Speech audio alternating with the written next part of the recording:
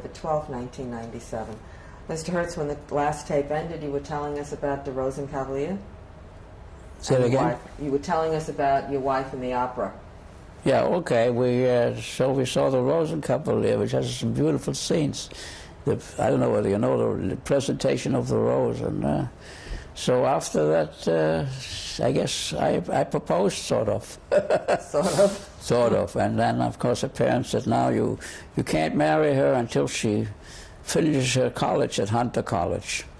Okay? So we married a week after she finished, on February 16, 1947.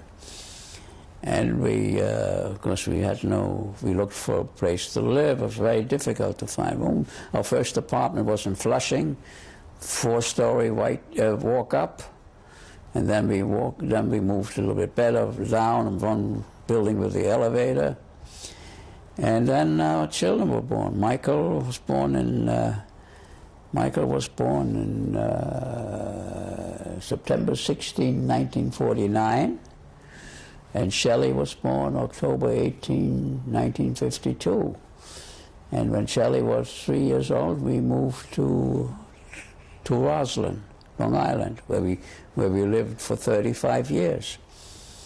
And then when it came time for Michael to think about bar mitzvah, we joined Temple Sinai in Roslyn, and really my wife was really the Jewish part of the family. As you know, I grew up as an atheist.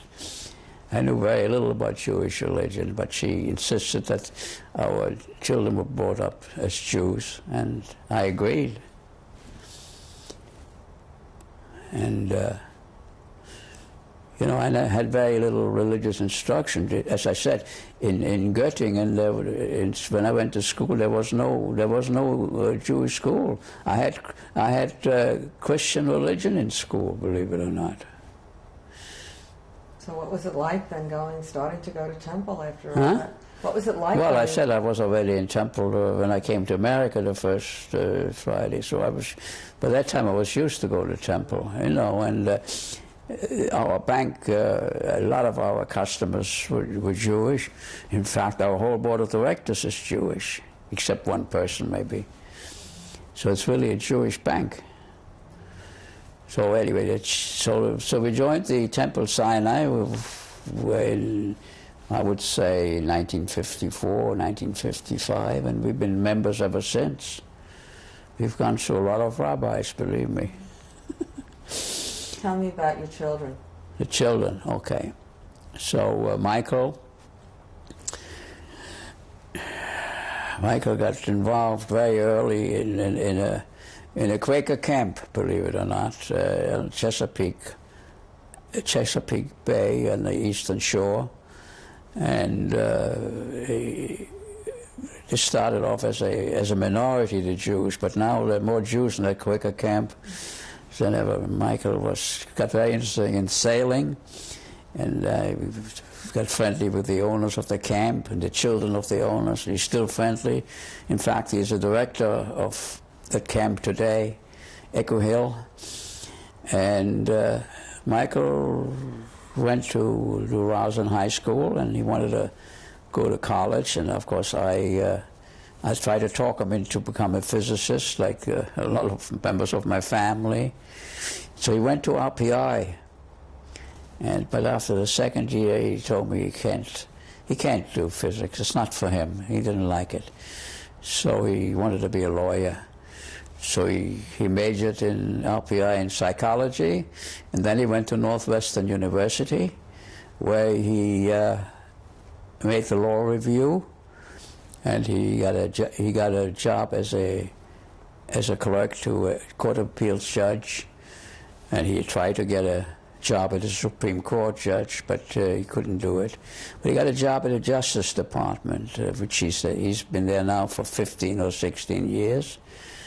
And he's very successful. He heads the civil service. He's a director of the Civil Litigation Division. His job is to sue big corporations who defraud the U.S. government on contracts like General Dynamics. So he has a big judgment of $200 million against a lab company which defrauded Medicare. Every time the patient takes a test, they threw an extra test. So there are millions of people taking the test. So it turned out to be a $250 million judgment against this company. So that's the kind of things. He collects money for the government. Is he married? He's married. His wife, Ronnie Edelman, she originally worked at the special section in the Justice Department. You know what the special section is under Neil Shear. They bring down people who came in as Nazis to the United States, and they try to get them out of United States for making false statements when they became citizens. There's people who say they've never been Nazis before. Neil Shear was very, very well known on this. She brought many people out of the United States. The fellow, what's his name, the Manischek, they sent to Israel. I can't pronounce his name. That was one of her cases. And she was there for 5 or 6 years. She was the assistant deputy. So she did a lot of research on the Holocaust. She knows more than anybody in my family. Do they have children? Now she works in a different section for the Justice Department. She works in a section having to deal with terrorism. But so both of those are lawyers. Do they have children? Yes, they have Rachel. Rachel is now 15 years old, and she goes to a private school now. She goes to the Georgetown Day School, hoping to get into a good college. And Jonathan, who is 13 years old, who's a very nice fellow. He had a lot of learning disabilities. He was sent to a special school, but he's made tremendous progress, and he's doing fine. Tell us about your daughter. Shelley. Well, Shelley, like my son, I tried to persuade Shelley to, I said she ought to be a woman broker, but she wouldn't do it. I said she would have made a lot of money as a woman broker. There wasn't a time when the brokerage firms were looking for women. But you know, she liked special ed, so she went to C.W. Post College, where Margaret is teaching, or was teaching, and she got her college degree summa cum laude, and then she took a course for a master's degree. She got a master's degree from George Washington University in special education, and she teaches handicapped children in Prince George's County. And she's married to Robert Kempner, who is also teaches special education, who has a little hobby. He's a magician on the side, and he makes a little money on weekends. A very nice magician. He has 2 shows, one for children, one for adults. I don't want to tell you what the adult show has. Oh, tell us. No, I don't know. Do they have children? Yes, they have Jeremy Paul Kempner. Paul, second name Paul, is after my father. And Jeremy is 13 years old. He was bar mitzvahed in May last year. And then they have Daniel, who's 6 years old, who is the life of the party. He's the youngest, and the four children, the cousins, all get together all the time, and Daniel makes the biggest noise.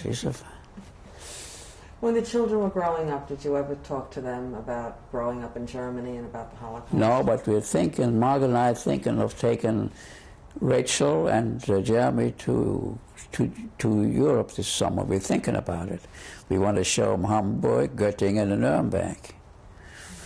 Have you and your wife been back to Germany? Anyone? Have you and your wife been back to Germany? Yes, we've been back I've been back several times to Europe, and Germany we have only very, very shortly, because I'm really not anxious, although I showed her Hamburg, which is a beautiful city. One of the most beautiful cities in Europe is Hamburg. And I'm very proud of the Hertz family, what they did for Hamburg. But I only spent 2 or 3 days there showing her. And she showed me Nuremberg. She will tell you about Nuremberg. And we also, you know, when your family lives for so many generations in a town, you can't ignore it.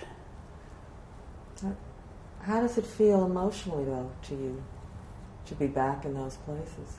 Well, you know, at this time in life, I spent only, I'm going to be 80 years old, I'm only spent one quarter of my life in Germany. Most of my life I spent in America now. I don't even, you know, I speak German, but I thought about myself, do you think in the language? No, you don't even think in the language anymore. Basically, you think only in pictures anyhow. But I don't think in German anymore. I speak in English. But I will never deny and tell my children. I will never refuse. I will always tell my children about the Hertz family, or the Markel family, or my father's mother family was also a very great family in Danzig. That's another chapter. Have you been active in Jewish causes? Active what? Have you been active in Jewish causes or raising money for Israel? I belong to the Jewish war veterans, and I once was honored by raising money for the Israel bond drive. And I don't go to temple too often. I go Jewish holidays and so on. But I've not really been very active out of the Jewish, I mean, must admit. Mr. Hertz, why did you want to do this interview? Why did you want to do this interview? Well, I think I would be very happy if my children and grandchildren would see this. And I would tell them that, you know, the Jewish history shows in the last 2,000 or 3,000 years the Jews have been persecuted many times. But what happened here in Germany was probably the worst of all. There were 6 million or more Jews killed. And you know, when a generation goes up, they tend to forget. And my grandchildren is already the 3rd generation. They should really know what's going on and remember. Do you think the world has learned anything? I don't hear you. Do you think the world has learned? I hope so, although I don't know. You see what's going on in Rwanda, the Tutus and the Hutus, whatever his name, or in Yugoslavia. There's always something like that. I mean, who could have imagined that the Germans, who were such civilized person, I mean, they had Goethe, Schiller, the musicians, Mozart, Beethoven, that suddenly they would come to something like that. It's just incredible, isn't it? What are your thoughts about that, about how and why this happened in Germany? Well, I mean, the Germans always, ever since the German Reich was formed in 1871, there was always a very right side movement, the nationalists in Germany. They were hostile to the Jews. Then they became jealous. The Jews progressed much further, especially in science and economics. There are more Jewish Nobel Prize winners than any other Nobel Prize winners. And then the Germans became wealthy. And part of this thing, besides racial thing, was money. They were envious of the Jews. That's what it's shown by the fact that they confiscated everything the Jews had. Mr. Hertz, is there anything else you would like to talk about that I haven't asked you about yet? No, I think this was a very long interview. You've been very patient to listen. And you've been fascinating to listen to. And I hope my children and children's children, my grandchildren, will see it. And know something about their family. Okay? Thank you very much. You're welcome. This is my father, Paul Hertz. This picture was taken in 1906, and I received it from the Museum of Natural History in Leiden, Holland. It was taken at a time when my father knew Ehrenfest for the first time and Einstein for the first time. Thank you. This is my mother, Helena Hertz. This picture was taken in Roslyn, Long Island, in the 1950s, or end of the 1950s. This is my father, Paul Hertz. This picture was taken in the 1920s when he was teaching physics at Göttingen University. The picture most likely was taken by one of his students. Thank you. This is a picture of me, a sergeant in the U.S. Army in London, 1942, in front of Hyde Park Corner. This is a picture of my aunt, my mother's sister, Rose Markiel, who was deported by the Nazis to Lodz, Litzmannstadt, and then later on was gassed on the way to Chelmo, C-H-E-L-M-O, probably in 1942. Thank you. This is a picture of my brother Hans Hertz, who was an astronomer who worked for the U.S. Naval Observatory and later for the National Space Administration. This is a picture of my sister, Elizabeth Hertz Fried, who was a research chemist and also an amateur photographer. She probably took the picture herself, looking into a mirror. Thank you. It was taken also in the 1960s. Thank you. This is a picture of my wife, Margaret Hertz, taken on our wedding day, February 16, 1947. And where was the picture taken? This picture was taken in Jackson Heights, New York. Thank you. On the left is my son, Michael Hertz. On the right is my daughter, Shelley Hertz Kempner. This picture was taken by a professional photographer around 1960. Thank you. This picture was taken when I was honored at the Jewish Bond Drive in March 1983. The representative of the Israeli government is General Yehuda Halevi.